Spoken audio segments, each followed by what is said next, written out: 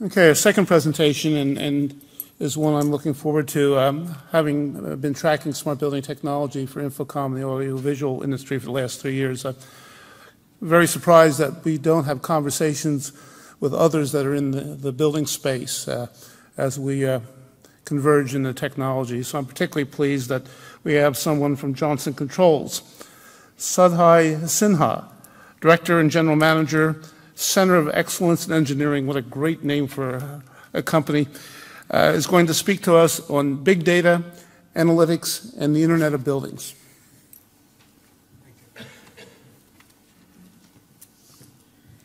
Good afternoon, everybody. It's a pleasure to really speak to all of you, and I will come back to your question on why to put buildings on this Internet of Things. That's the topic which I'm roughly going to talk about today. So why are buildings such a big topic of discussion? And Jim, in his opening remarks, he mentioned about how buildings are big energy guzzlers. International Energy Association, IEA, has said that about 32% of the world's energy is consumed by buildings of different types, whether residential or commercial. And in 2013, in United States, which is one of the most matured markets, 47.6% of the energy was consumed by buildings, commercial or residential. And that's a very, very staggering number, especially in a world which is increasingly becoming energy challenged, energy deficient. And half of the conflicts that exist today in the world are because of energy availability. And how do we procure, how do we manage energy? So in the next 20 minutes, we are going to talk about some of those topics. And so earlier speakers did an excellent job of laying the foundation of why we need more intelligence in the buildings, why we need to manage them differently, what are the different technology choices which are available in the market today. I'm going to focus more on the data side of it and how do we make sense out of the data, starting with why is data such a big issue when it comes to buildings, and what are some of the challenges, what had been prohibiting us or limiting us in making use of a lot of the data around buildings, how big data provides us with some new capabilities, some new superpowers, and how can we change the industry, how can we change the way our buildings operate, and introduce you to a concept of Internet of Buildings, which is taking on from Internet of Things really, and then we'll talk about what does that mean for different stakeholders in the buildings industry. So when we talk about lots of data, normally buildings never come to mind. Things which come to mind between Jeremy's presentation and my presentation, probably about 1 million transactions happened in the different Walmart stores in the US. Globally, in a year, about 100 billion credit card transactions happen. We all know about Facebook. We have all been impacted by Facebook. And there are over 950 million users of Facebook. They're registered users of Facebook. And every day, every hour, a lot of us go and like something. And if all of those likes are collected, then roughly we have 2.7 billion likes. That's the average data from last year, 2013, which happens every hour. So 2.7 billion likes every hour on the Facebook. So those are huge numbers. And when we talk about big numbers, big volumes of data, those are the kind of things we normally associate to. We rarely think about buildings. But in reality, buildings are significant creators, consumers, and users of data, something which we intuitively don't associate with. So let me walk you through an example. In his presentation, Jim mentioned about Empire State Building. Empire State Building is about 290,000 square meters when you put all the floors and all the space together. That's a big number. That's a very big building. If we talk about the Rai Center, where we are today, If you look at all the conference facilities, add them up, it roughly comes to about 90,000 square meter of floors, built up space. We will take a much simpler example, something like a 10,000 square meter, and we will look at what kind of data is generated by such a building. And Jeremy used some excellent examples from the Microsoft campus on very similar lines. In this building, approximately about 100 meters and sensors are likely to exist of different kinds. There will be about 50 different subsystems. You saw a snapshot of those subsystems in the last presentation towards the end. There are about 50 different subsystems, and we normally will probably be able to recall maybe 5 or 10 of those, what we usually see. But there are a lot of things which are working behind the scenes as well. There are about 100 plus variables in the data which is collected by these different subsystems, and that translates to roughly about 500,000 data points or records being generated every day. And this is the raw data which is captured by these different sensors, meters, by these different systems. If we store all of the data for a year, that translates to roughly 10 gigabyte of data. And to give a perspective, if you take 100 such buildings, and these mid-sized 10,000 square meter type buildings, and if you look at all the data which is collected in those 100 buildings for about a year, and if you look at all the data which is created by the Facebook likes we talked about a minute ago, they amount to almost the same. And we are talking about only 100 mid-sized buildings. We are not talking about all the buildings in Amsterdam, neither all the buildings in Netherlands, nor all the buildings in Europe, nor even, we are not even close to talking about all the buildings in the world. So that's the magnitude of data we are talking about. The other big issue is that at least 5% of this data we are talking about, it has a lot of credibility issues. It's not very dependable because sensors will be faulty, there will be other communication gaps, communication breaks between different systems, subsystems. So at least 5 or more % of the data is not really usable. And this huge volume of data, a lot of it is structured, a lot of it is unstructured, right? So why we have not been able to meaningfully use this data in the past? Number of reasons, really. One is that most of the IT systems or similar technology systems were able to handle structured data. And they used to be able to handle structured data quite well. We have been doing that in organizations for decades now. But when it comes to buildings, not all of the data comes from structured systems like a building automation system or any other control system. We have lots of maintenance records which are sometimes handwritten or typed up, which is a lot of unstructured data, or which exist on paper. Some of it has been converted into some sort of digital format. Then we have challenges around that the reliability of data we talked about. It was very difficult to store all of this data. It was expensive and it used to take a lot of time. And it required huge infrastructure to store all of data. To give you an example, one of the earlier external storage systems was built in the mid-60s. They used to be magnetic drums. To store about 5 megabytes of data, and 5 megabytes is like something which we are going to generate in a few minutes in a building like this. It used 2 huge, large commercial size refrigerators. That was the size. Today I can store a terabyte of data in my pocket. That terabyte of storage, 30 years back, used to cost about $3 million today, which is like a couple of $100s. So there were a lot of things, inhibitors, which prohibited us from really using all of the data.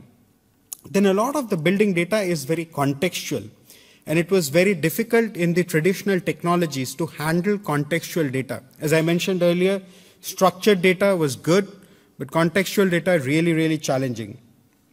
And I think many of the speakers have touched upon earlier, there were not very good commercial models to use the data. One question which has come up again and again today in the audience, that how do we increase adoption, or what is stopping? Really, there was no incentive, or there were no commercial models around to make sense and to make use of this data. So we did some alarm management, monitoring and things like that, but that took a lot more backseat. And it was not seen as contributing significantly to an organization's main purpose of making money. We all knew that buildings are important to run the organization, to sustain the organization, but how really it was always considered as a cost center, and we have to just keep pumping in money in maintaining buildings or upgrading them and keeping them more efficient or secure and making it comfortable, but we were never able to put a context to it. So there were many of these challenges which prevented us from making use of all the building data which was getting generated. Now, what changed? Several years back, about 5 years back, when big data got introduced, big data actually had existed all along. Means there have been things which created humongous amount of data, but we just did not have the ability to either store or process it.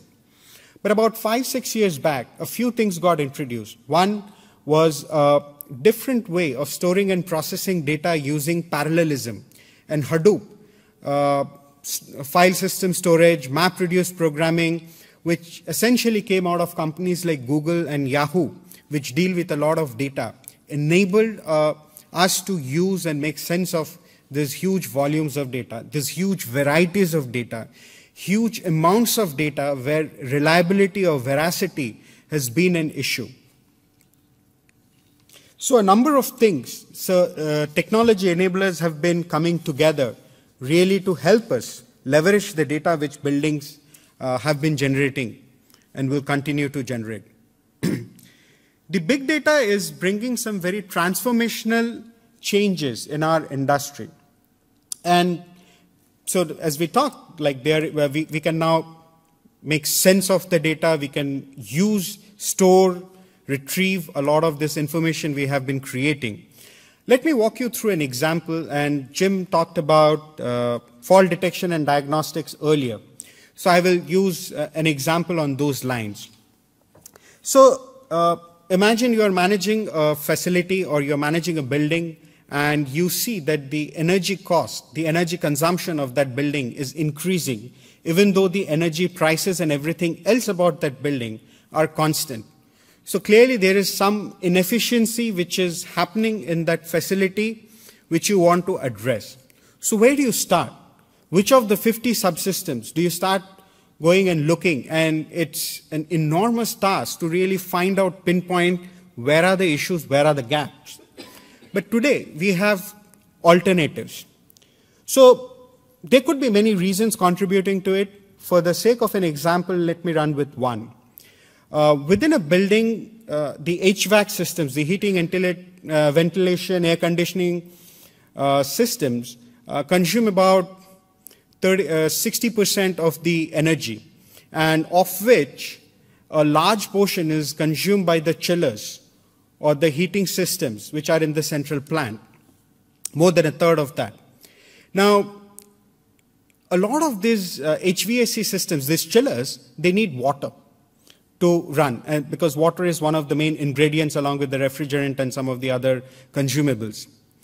Water quality is not an issue in many parts of the developed world, say in US or in Western Europe, but it is a big problem in many parts of the developing nations.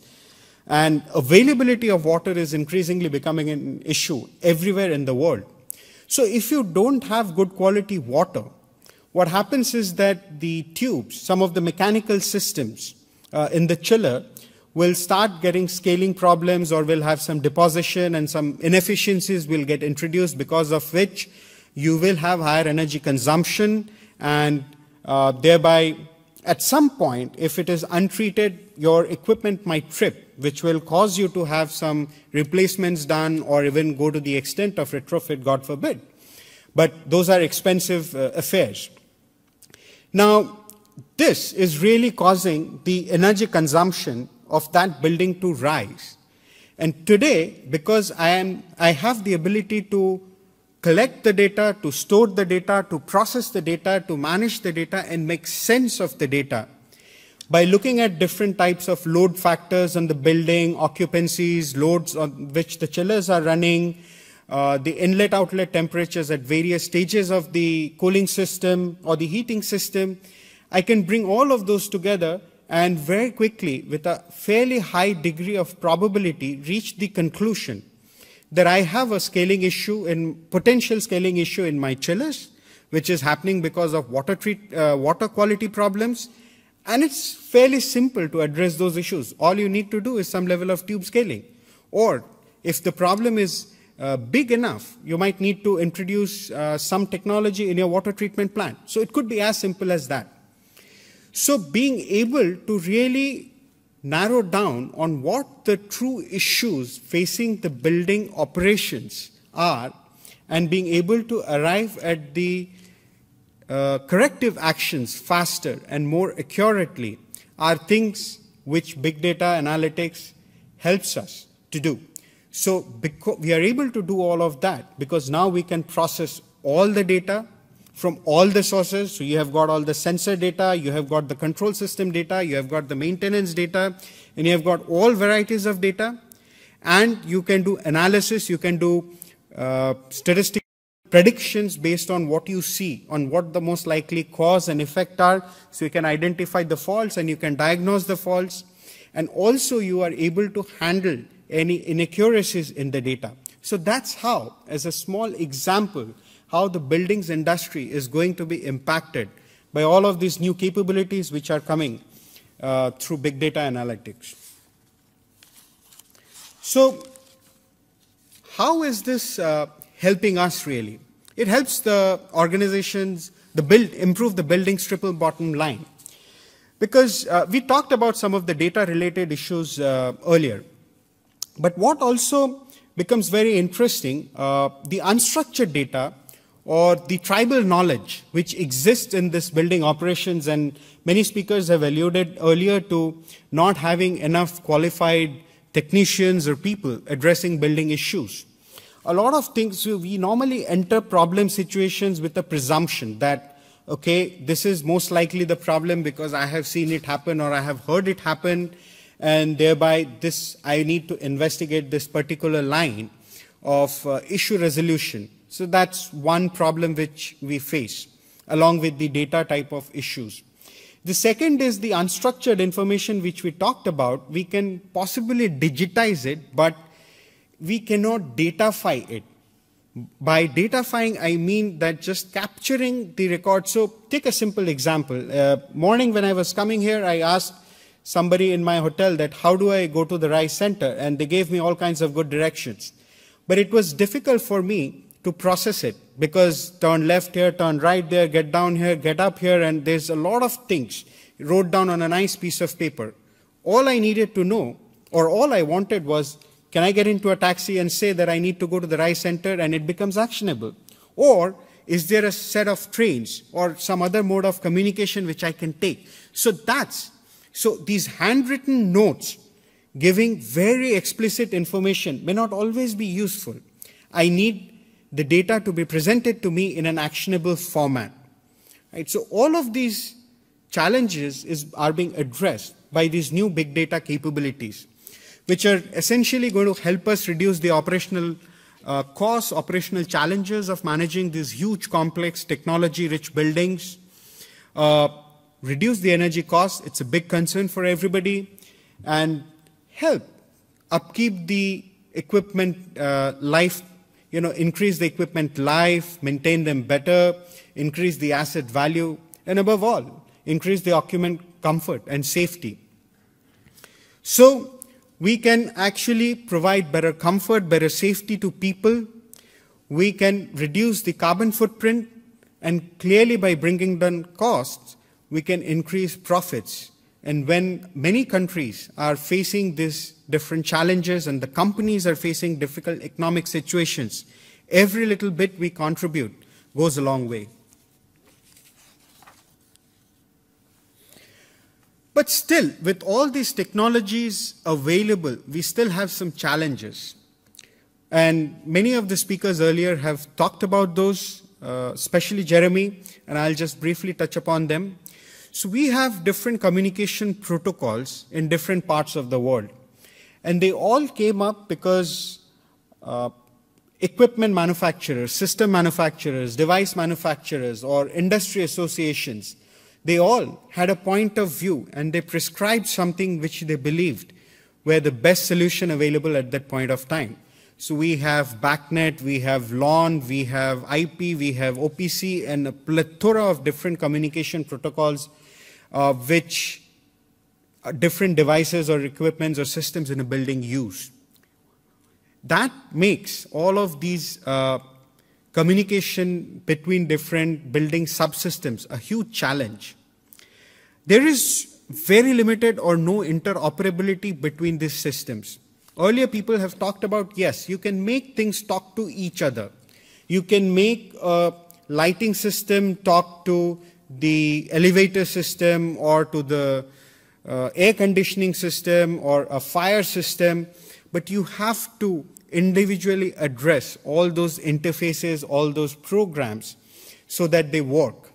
So imagine with all these different subsystems existing in a building and all the different interfaces you have to create, it becomes a huge issue. For example, today, if we, like yesterday I was in 3 different cities, actually in 3 different countries, and every time I landed, all I had to do was turn on my phone and it was able to pick up the appropriate carrier and the appropriate, or when I turn on the Wi-Fi in this room, it knows to pick up that smart building Wi-Fi login. That's interoperability where I don't have to do anything specific. It just does it automatically. Today we can make those interfaces work, but it's hard, it takes time, and it becomes expensive. And also very importantly, earlier speakers have also talked about how there is a convergence coming between IT systems and building systems. Building systems used to exist in isolation, not so anymore. And as these things are coming together, Kathy earlier talked about the security concerns, and there are very valid security concerns as well. So how do we create a common backbone, information exchange between IT systems and building systems? And today, many of those things are feeding off each other. For example, in a building automation system or an extension of it, you might have a tenant energy management system. And you have a financial ERP system like an SAP or an Oracle, which is using the tenant energy information, the tenant energy consumption data, to actually create tenant billing. How do you make these talk to each other? So these protocol issues, these interoperability issues, and this common information network issues still exist. Until we are able to resolve those, we will have some challenges in gaining higher efficiencies between how we operate and maintain buildings. So we'll introduce you to this concept of Internet of Buildings. As you see, I've put up the trademark sign, and the company I work for, Johnson Controls, is actually registering this as a trademark, and we are taking some initiatives along with other companies to develop this. There's already some investment going on by different organizations towards this. What this does, essentially, think of Internet of Buildings as a technology framework which eliminates your protocol conversion or protocol communication issues between different types of technology networks. Also, there are different data definitions which exist about different building systems. How I recognize a particular data in a building system is different from building to building, let alone from the type of application or the country or any other sort, right? Because when engineers are programming a particular building system, they leave their signatures, and that also influences how data gets defined for that particular building. So Internet of Building, this technology framework helps automatically keep all of those definitions. It can intelligently recognize what data means what. It is able to do that semantic remediation. It collects all of the raw data. in a very pervasive manner and stores it on a cloud, and there are multiple advantages of storing it on a cloud. Cost is one. Then a lot of the building information is actually not proprietary, so it can be shared, and security concerns can be addressed through many different ways. And also, it creates intelligent interaction between different devices, and at some point in future, it can do similar things between different buildings.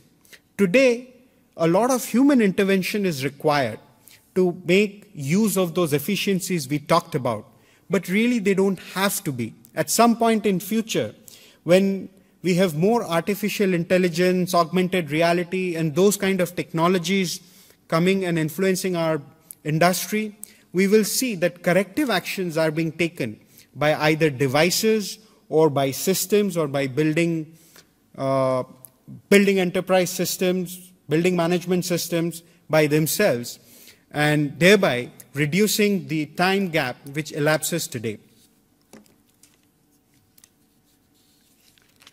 There are a number of opportunities which get created for different types of players. So OEM manufacturers will be able to create more smart products, smart devices, and there are certain situations where there are performance assurances or guarantees. For example, if you walk into an operation theater, in a hospital, it always has to be maintained at a certain temperature while the procedures are going on, say at a 16 degree, because that's what the body needs, or the medical science needs it to be. Or certain other environments, chemical processing plants or other processing plants, when you need to maintain temperatures, humidity, and other factors at certain levels, those type of companies are always asking assurances from the manufacturers that your product will be able to do that. Today, we are building those capabilities in this industry to be able to meet those kind of needs. There's a huge increasing play for system integration companies, because now they are not being constrained by the proprietary protocols or by specific experiences in certain devices or certain systems. Their scope in the buildings will really expand. A lot of the service providers will be able to extend their service scope and provide more advisory type of services, more consultative services, and create more value for their customers. So there is a lot. Now, is this for your business? Is this for your organization? That's something which you need to really think through. There are a number of steps you need to go through, starting from understanding and defining what is your play in this particular space, what is the opportunity you are targeting, how you want to approach this opportunity, what kind of tangible value proposition you create for your customers, and how do you identify and develop these offerings, the services we are talking about. How do you get the teams, the projects, the funding, the technology landscape to work together? And essentially, how do you execute, how do you plan, and how do you capture the value of what you're bringing through this new technology for your business and for your customers? This is a very exciting world, and it will go through a lot of evolution in the coming days, in the coming months, in the coming years. We will see a lot of progress happening, and happening at a very fast pace. The buildings industry has been a little slow in uptake of technology and massive level proliferation, unlike some of the other industries like telecommunication or many other industries. But that's going to change, and it's going to change fast. You have already seen that technology companies are investing in this space. Traditional building services companies like ours are also investing significantly in technology. So we will see a lot of churn happening in this. So it's a very exciting journey, and I'm very excited to be part of this journey. And thank you all for your patience in listening in.